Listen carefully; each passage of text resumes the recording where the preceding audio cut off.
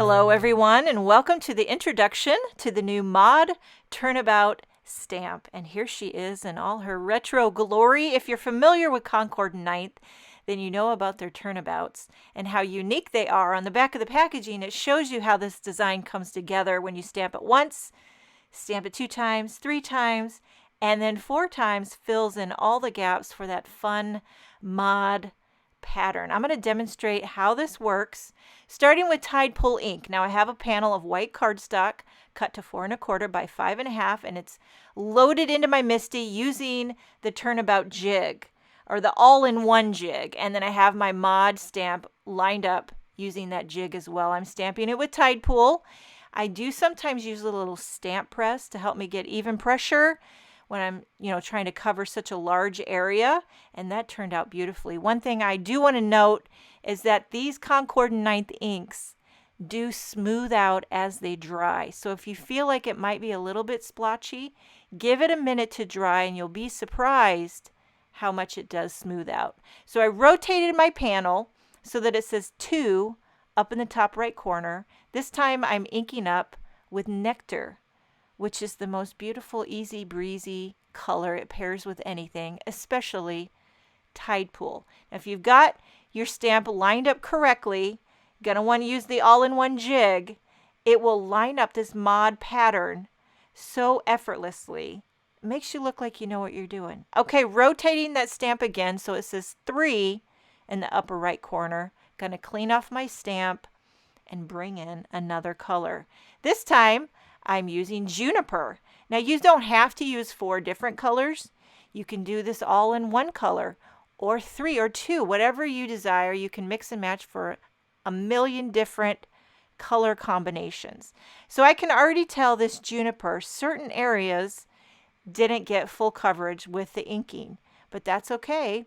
I'm going to stamp it twice to make it nice. So I'm going to stamp this one more time and try to fill in any of those areas that didn't get good ink coverage. You just got to take your time when you're inking such a large area and make sure you got everything covered. But this second time around really did a number. That Juniper is like pa-pow. Look at that. You could stop right here. I love the little bit of white space that it leaves. I think it looks beautiful, but I'm going to go ahead and fill out this pattern. I rotate the panel one last time so that 4 is in the upper right corner on the jig. Clean off the stamp and bring in one final color. Now, since I had so much color going on already, I didn't want to compete or overdo it, so I brought in a neutral. This is another new color called Cobblestone. It's kind of a, I would call it a cool gray, I guess, and it pairs perfectly with anything. Sometimes when you want to bring in another color, but you don't want to overdo it, bring in a neutral. Okay, and there you have Cobblestone. So I felt like it was looking a little bit splotchy, but I'm going to ink it twice. You know what I say?